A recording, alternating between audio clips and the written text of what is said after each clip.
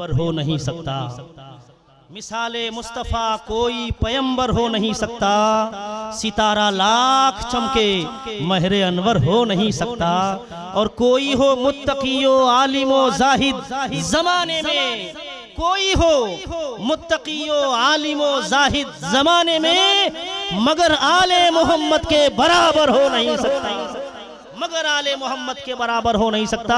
अपने दोनों हाथों को बुलंद करके शहजादे रसूल खतीब आजम हजरत अल्लामा सैयद अमीनुल कादरी साहब का इस्तकबाल करें। नारे तकबीर, जरा अपने हाथों को बुलंद करें और साथ में आवाज भी बुलंद हो।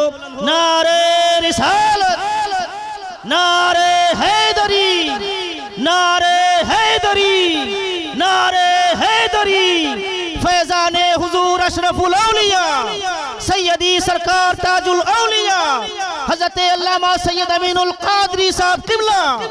कुछ ऐसी बेखुदी है तेरे इंतजार में, तस्वीर बन चुका हूँ तेरे इंतजार में, आहट पे कान, दर पे नजर, दिल में इश्तियाक, आंखों के अश्क सूख गए इंतजार में।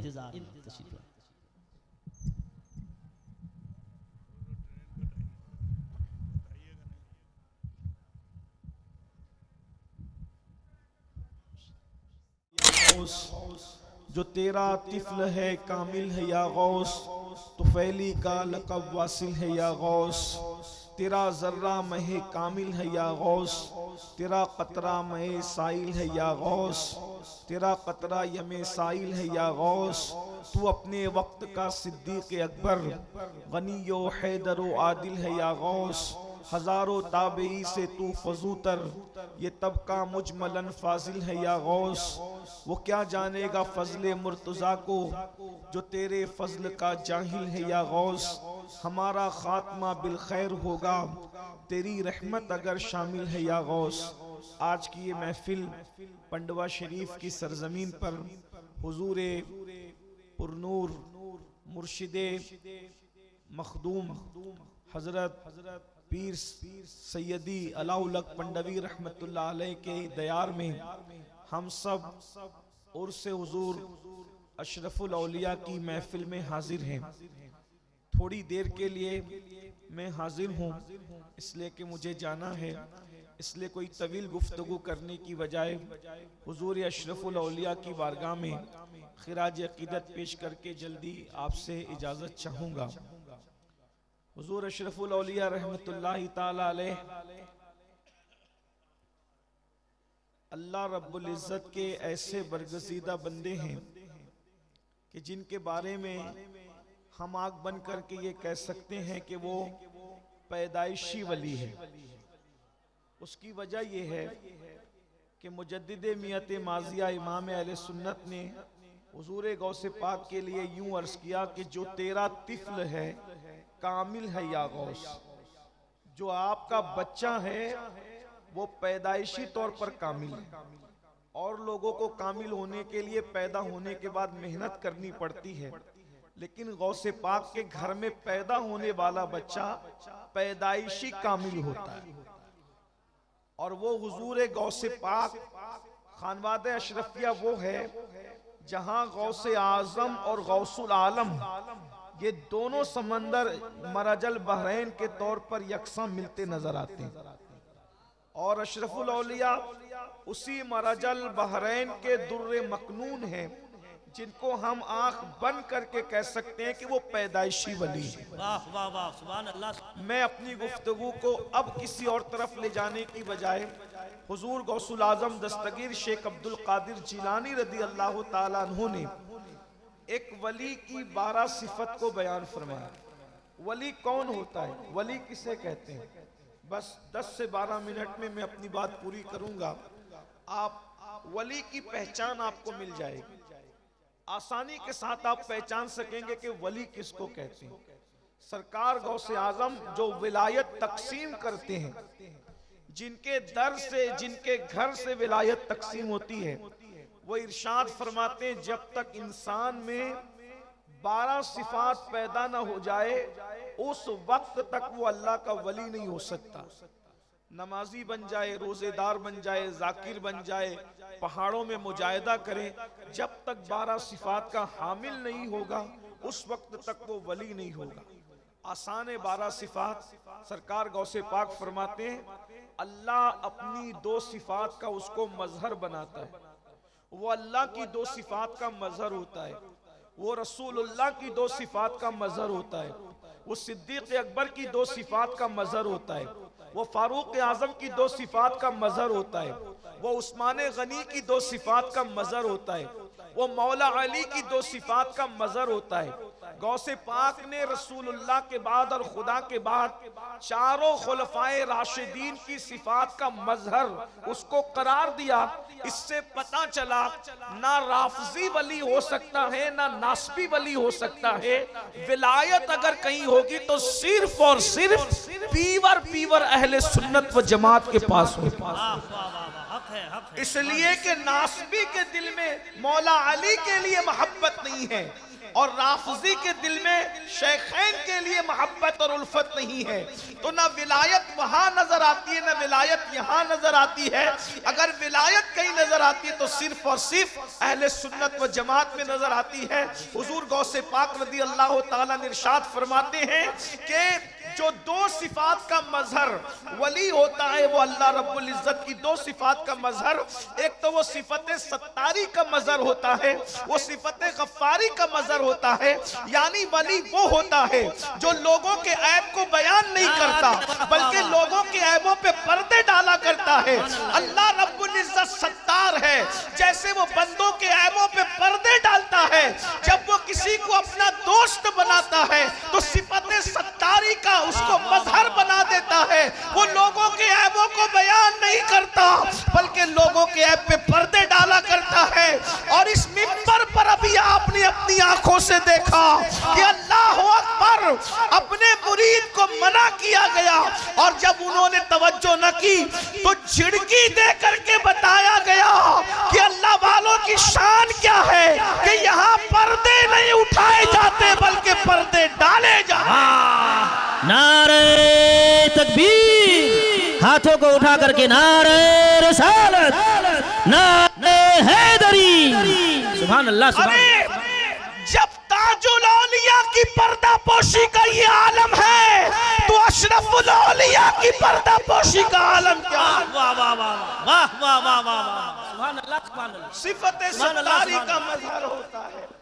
फिर फरमाया वो सिफत गफ्फारी का मजहर होता है, यानी वो लोगों को माफ करता है। अपनी जात के लिए वो लोगों से लड़ाई झगड़ा नहीं करता, इसलिए कि जात के लिए लड़ना ये कुत्तों का काम होता है, जात के लिए लड़ना ये अल्लाह वालों का काम नहीं होता। वो सिफत गफ्फारी का मजहर होता है। इस आईने में अगर आप हुजूर अशरफुल औलिया की जिंदगी को देखें, मैंने तो उनको नहीं देखा, मैंने सिर्फ लोगों से सुना है, सुनकर मैं इस नतीजे पर पहुंचा हूं। जिन्होंने देखा है वो गवाही देंगे, शहादत देंगे कि इन लोगों ने हुजूर अशरफुल औलिया ने अपनी जात के गुस्ताखों को हमेशा माफ किया और उस दिन को याद दिलाया जो फतेह मक्का का दिन था, ला तस्रीबा अलैकुमुल यौम। और यहाँ तो चिश्तियत है और खास तौर पर यहाँ चिश्तियत और कादरियत का भी संगम है। चिश्तियत इस एतबार से है कि मखदूम अशरफ जहांगीर सिमनानी जैसा सिलसिला चिश्तिया का वो अजीम नुमाइंदा जिसने सिलसिला चिश्तियत को बामे उरूज तक पहुंचाया, और इसीलिए तो उनके मुर्शिद को उन पे नाज था। मुर्शिद अपने बेटे को खिदमत सौंपते हैं कि तुम्हें जंगल से लकड़ियां लाने जाना होगा, और सारे खुलफा और मुरीदीन को जिम्मेदारियां सौंपते हैं। खानका में झाड़ू लगाना होगा, बर्तनों को साफ करना होगा, लंगर तकसीम करना होगा, मेहमानों की खिदमत करना होगा। बेटे को भी काम दिया, सारे मुरीद और खुलफा को काम दिया। लेकिन जब मेरे मखदूम अशरफ सिमना ने अर्ज किया हुजूर सबको काम सौंपते हैं, मुझे भी कोई काम सौंप दीजिए, फरमाया अरे सब अलग है, अशरफ तुम अलग हो, इसलिए कि जब तुम आए थे तो तुम्हारे आने से पहले खिजर अलैहिस्सलाम ने तुम्हारी इतनी तारीफ की थी कि अब मुझे कोई काम देने के लिए तुम्हें हया आती है कि मैं खिज़र को क्या मुंह दिखाऊंगा। अगर मैंने तुम्हें कोई काम सौंप दिया, मैं तुम्हें कोई फिजिकली एक्टिविटी नहीं सौंपना चाहता। अगर तुम कुछ करना ही चाहते हो तो जिक्र अस्कार के जरिए से मंजिलों को तय करता है। नारे तकबीर, नारे रिसालत, फैजाने मखदूम अशरफ, फैजाने मखदूमुल आलम। इसका मुर्शिद जिसको जिम्मेदारी और खिदमत देने और खिदमत लेने के लिए हया करे वो अशरफ सिमना है, वो हमारे मखदूम है। बहरहाल तो चिश्तियत तो इस एतबार से कि मखदूम साहब चिश्ती हैं, और कादरियत इस एतबार से कि सैयदना अब्दुल रज़्ज़ाक नूरुलैन की औलाद है। तो यहाँ चिश्तियत और कादरियत एक साथ जमा होती, ये भी मराजल बहरैन है अल्हम्दुलिल्लाह ताला। तो चिश्तियत और कादरियत जो जमा करने की बात कर रहा हूं तो ये कि यहाँ हाय हाय हाय क्या बात, अशरफी सहबा शराबे संजरी, सुभान अल्लाह। एक ही शीशे में है दोनों भरी, कादरी सहबा शराबे संजरी, एक ही शीशे में है दोनों भरी। कादरी सहबा शराबे संजरी, कादरी सहबा शराबे संजरी, एक ही शीशे में है दोनों भरी। क्या खुशनसीबी है हम लोगों की। तो कादरियत और चिश्तियत जब मिली हुई है तो दोनों में अब बात क्या है। हुजूर गौसे पाक फरमाते हैं कि मेरा घोड़ा बेलगाम है और मेरी तलवार बेनियाम है। और चिश्ती लोग कहते हैं ख्वाजा नसीरुद्दीन चिराग दहलवी रदी अल्लाह तबारक व तआला अन्हु कि हम चिश्ती लोग किसी से उलझते नहीं, हमने अपनी तलवार नंगी करके रख दी है, जो आकर के उलझेगा उसका किस्सा खुद ही तमाम हो जाएगा। लेकिन ये अल्लाह वाले अपनी जात के लिए किसी से नहीं लड़ते, ये अपनी जात के दुश्मनों को माफ करते, सिफते गफ्फारी का मजहर होते हैं, अपनी जात के लिए नहीं लड़ते। बल्कि सरकार बाबा फरीदुद्दीन गंजे शकर रदी अल्लाह ताला तो यहाँ तक फरमाते हैं कि भाई हम सूफी लोग हैं, अल्लाह वाले लोग हैं, हमारे सामने कैंची की बात ना किया करो बल्कि सुई धागे की बात किया करो, क्योंकि कैंची एक को दो कर दिया करती है और सुई धागा एक को दो को एक कर दिया करता है। ये खानका है, यहाँ पर एक को दो नहीं किया जाता बल्कि दो को एक किया जाता है। ये सरकार बाबा फरीद गंज शकर रदी अल्लाह ताला की तालीम। अल्लाह नवाजिश करम फरमाई है आपकी दुआएं सरकार जी, न मोहब्बतें आप। तो एक बात मुझे यहाँ याद आई, जात के लिए न लड़ना और अल्लाह के लिए दुश्मनी रखना, उसकी एक मिसाल पेश करता हूँ। सरकार ख्वाजा नसीर मिल्लत वद्दीन ख्वाजा नसीरुद्दीन चिराग दहलवी की बात याद आई। कुछ लोगों ने बादशाह के पास जाके चुगली की कि ये लोग तो सिमा में रात दिन रहते हैं, ये अल्लाह वाले लोग नहीं हैं और ये ऐसे ही हैं वैसे वगैरह वगैरह कहा। बादशाह ने कहा ठीक है, हम उनको अपना नौकर बनाएंगे और उनसे अपनी खिदमत लेंगे। सरकार नसीरुद्दीन चिराग दहलवी के पास नुमाइंदा भेजा और नुमाइंदा भेजने के बाद कहा कि आपको बादशाह की कोई ना कोई नौकरी कबूल करनी पड़ेगी। सरकार नसीरुद्दीन ने फरमाया मैं आपसे कोई ताल्लुक नहीं रखता, मैं आपकी नौकरी कैसे कर सकता हूँ।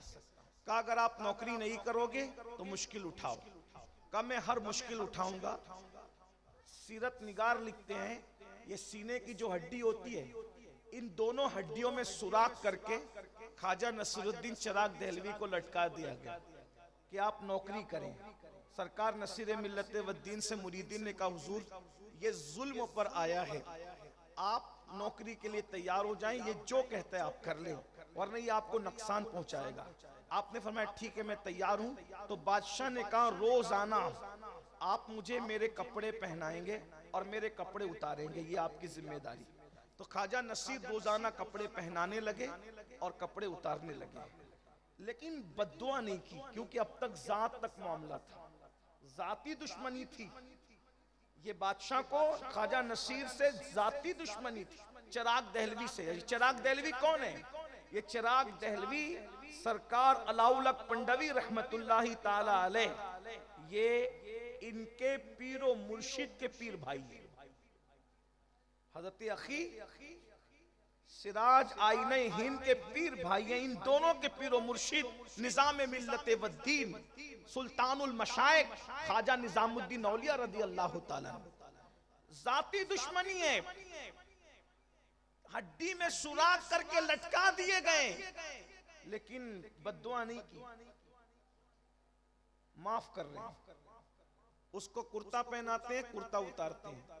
हासिदों ने कहा कि मामला सही चल रहा है, नसीर का इम्तिहान लो। एक दिन बादशाह को ताखीर से लाए और इतने लेट लाए कि ख्वाजा नसीरुद्दीन चिराग दहलवी की नमाज असर कज़ा होने के करीब आ गई। अल्लाह के रसूल अलैहिस्सलाम ने फरमाया, मोमिन की असर उस वक्त होती है जब सूरज अपनी हालत पर होता है, और जब सूरज में तगय्युर आ जाए, वो डूबने के करीब हो जाए, फिर वो मोमिन की नहीं बल्कि मुनाफिक की नमाज होती है। यानी जब सूरज डूबने के करीब हो तो अल्लाह के रसूल अलैहिस्सलातु व तस्लीम ने फरमाया उस वक्त नमाज पढ़ना ये निफाक की अलामत है। ये निफाक इतिकादी हम नहीं कहते उसको, निफाक अमली कहते हैं उसको। लेकिन बहरहाल अल्लाह वाले उस वक्त भी नमाज पढ़ने को पसंद नहीं करते थे, बल्कि मसनून वक्त में नमाज पढ़ने को पसंद करते। अभी हुजूर मुर्शिद इजाजत ने सरकार वारिस पाक का जिक्र किया कि वारिस पाक किसी के पीछे नमाज नहीं पढ़ते, बल्कि वारिस पाक अलग नमाज पढ़ते। तो लोग ये मशहूर करते थे कि वारिस पाक नमाज ही नहीं पढ़ते। वो नमाज पढ़ते थे मगर कमरे में छुप के पढ़ते थे, जैसा कि हजरत ने इशारा किया। लोग कहते थे आप जमात के साथ नहीं पढ़ते, जमात के साथ नहीं पढ़ते। तो वारिस पाक कहते थे, अरे जमात से पढ़ाना है तो अली हुसैन अशरफी जैसा इमाम ला करके दो ना। सुभान अल्लाह, सुभान अल्लाह। अगर वारिस पाक को पीछे खड़ा करना है तो कोई अली हुसैन अशरफी जैसा ला करके इमाम दो, और किसी एक के पीछे खड़ा कर दिया वारिस पाक को, तो नमाज के बाद वारिस पाक ने कहा, सुना सुना इमाम साहब, आपने हमका बहुत थका दिया। सरकार वारिस पाक कहते, बहुत थकाया आपने हमका। कहा वो कैसे? कहा हम तो आपके पीछे नमाज के लिए खड़े हो गए, लेकिन कभी चारे की दुकान पर, कभी किराना दुकान पर, कभी कहीं लेके भटकते रहे। जहां जहां इमाम गया पीछे पीछे वारिस थे। तो कहा ऐसी नमाज भी क्या नमाज है। लेकिन ये हम लोगों के लिए, हम लोगों को तो हर सही अकीदा की इब्तिदा करनी चाहिए कि वारिस पाक का मर्तबा और था, हमारा मर्तबा और है। तो अंदाजा फरमाए तो भाइयों, हम लोग क्या हैं? किसी ने हज्जाज से कहा, ओ हज्जाज तू भी हमारा इमाम, और अबू बकर भी कौम के इमाम थे, तू कितना बदमाश है, वो कितने अच्छे थे। हज्जाज था, बदमाश था, लेकिन हाजिर जवाब था। उसने कहा तुम अबू हुरैरा बन जाओ, मैं भी अबू बकर सिद्दीक जैसा बन जाऊं।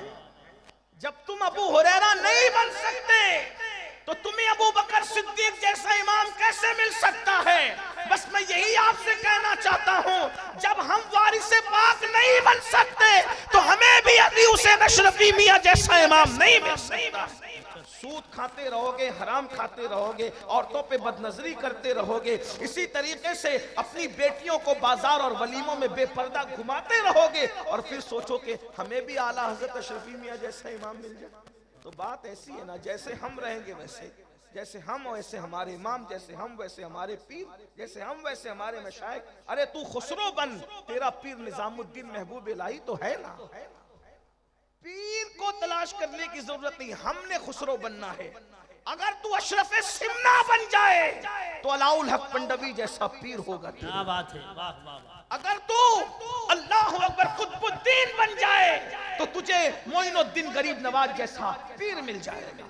लेकिन बात तो इतनी है ना, असल कमी हमारे अंदर है और हम इल्जाम लोगों पे रखते हैं। तो मैं बात ये कह रहा था, क्या बस बात खत्म ही कर दूं। अल्लाह अकबर कि ख्वाजा नसीरुद्दीन चिराग दहलवी के साथ मामला चल रहा था, खिदमत कर रहे थे। इतनी देर से लाए बादशाह को कि सूरज गुरूब होने के करीब आया और नमाज, बस आपकी आंखों में आंसू आ गए कि क्या मैं मकरू वक्त में असर की नमाज पढ़ूंगा। गुस्सा आया। अब तक जाती दुश्मनी थी। नसीरुद्दीन ने हर तकलीफ झेली, तकलीफ बर्दाश्त की, लेकिन जब दीन पर बात आई, नमाज तर्क होने की बात आई, नमाज कज़ा होने की बात आई, मकरू वक्त में नमाज पढ़ने की बात आई, तो उसके बाद कुर्ता तो पहनाया और पहनाते हुए आंख में आंसू लेकर बांधते हुए कहा, बांधे नसीर खोले गस्साल। ये वली की जबान है, ये वली की जबान है। गुफ्ते अल्लाह बुवत गर्चे अज हल्कू में अब्दुल्ला बुवत। उसकी बोली गोया के खुदा की तरफ से होती है, वो अल्लाह का वली बोलता है, मगर वली की जबान पर खुदा का फरमान जारी होता है कि शान से कहा, बांधे नसीर खोले गस्साल, यानी नसीर बांध रहा है और इसको मरने के बाद अब गुस्ल देने वाला गस्साल खोलेगा। दुनिया ने देखा आज के सूरज के बाद कल का सूरज गुरूब नहीं हुआ और बादशाह मर गया, उसकी रूह परवास कर गई, इसलिए कि अब जान की दुश्मनी की बात नहीं थी, अब इस्लाम की दुश्मनी की बात थी। तो अल्लाह का वली वो होता है जो सिफत सत्तारी और सिफत गफ्फारी का मजर होता है, वो ना ऐब खोलता है और ना जाती दुश्मनी करने वालों से बदला लेता है।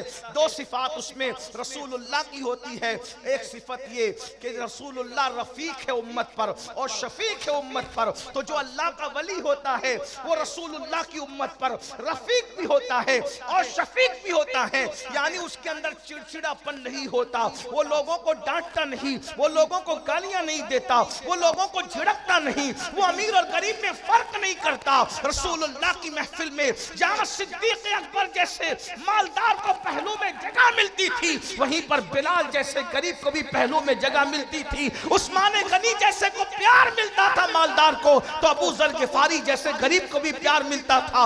उसी तरह जैसे मुस्तफा जान रहमत उम्मत पर रफीक और शफीक थे, जब अल्लाह किसी को वली बनाता है तो उसके अंदर भी रिफ़क़त और शफकत का अंदाज पैदा कर देता है। वो माँ की तरह प्यार करता है, वो शफकत देता है, वो मोहब्बत करता है। दो सिफात उसमें सिद्दीक अकबर की होती है, वो सादिक होता है, वो मुसद्दिक होता है, यानी कि वो सच बोलता है और सच की तस्दीक करता है। और दो सिफत फारूक आजम की होती है, वो अम्र बिल मारूफ करता है, नहीं अनिल मुनकर करता है। अम्र बिल मारूफ का मतलब ये है वो नेकी का हुक्म देता है और बुरी बातों से मना करता है। उसके सामने जब कोई बुरा काम किया जाए वो बेचैन हो जाता है, वो बुराई को रोक देता है। अम्र बिल मारूफ और नहीं अनिल मुनकर, नेकी का हुक्म देना, बुरी बात से मना करना, ये अल्लाह के वली की पहचान है। दो सिफात उसमें उस्मान गनी की होती है, एक तो वो दिन को सखावत करता है और रात को इबादत करता है। इसका मतलब ये है कि वली लूटने वाला नहीं होता बल्कि वली लुटाने वाला होता है। हमने हर वली को लूटते नहीं बल्कि लुटाते देखा है। अरे जमीन के ऊपर रहते हैं तो भी उनके नाम पर लोग पलते हैं और जमीन के अंदर चले जाते हैं तो भी उनके लंगर पर हजारों का गुजारा होता नजर आता है। उस्मान गनी की दो सिफात होती है कि वो दिन का सखी होता है, रात का आबिद होता है। और दो सिफात उसमें मौला अली की होती है, वो ये कि वो जाहिल नहीं होता बल्कि वो आलिम होता है और वो बहादुर और शुजा होता है। मौला अली कैसे बहादुर थे, कभी दीवार हिलती है, कभी दर कांप जाता है। अली का नाम सुनकर अब भी खैबर कांप जाता है। पूरी जिंदगी कभी अली के सिपर को कोई गिरा ना सका, लेकिन मरहब ने ऐसा वार किया कि मौला अली की सिपर गिरा दी।